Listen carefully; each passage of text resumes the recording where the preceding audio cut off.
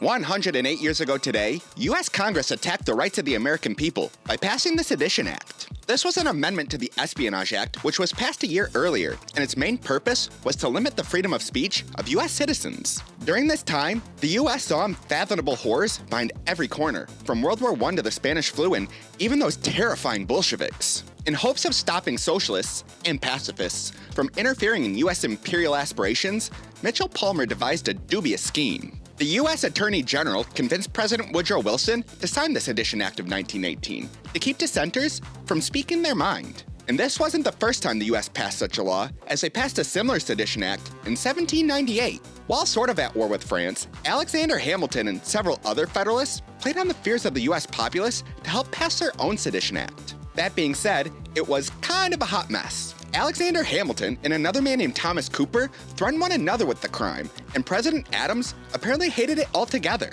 Not only is it cited as a main factor for the Federalist Party losing the presidency in 1800, but it was quickly repealed in 1802. Today, the certified president, certified pedophile, Diddler Don, seems to love the Sedition Act, as he threatened a ton of Democrats with it just last year. Additionally, he designated Antifa as a terrorist organization. The problem is that anti-fascism isn't an organization, it's an ideology.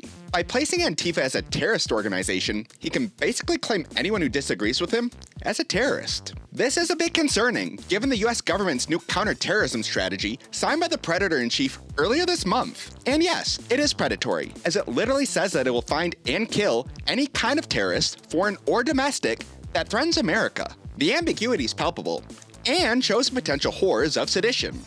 And that's your history today.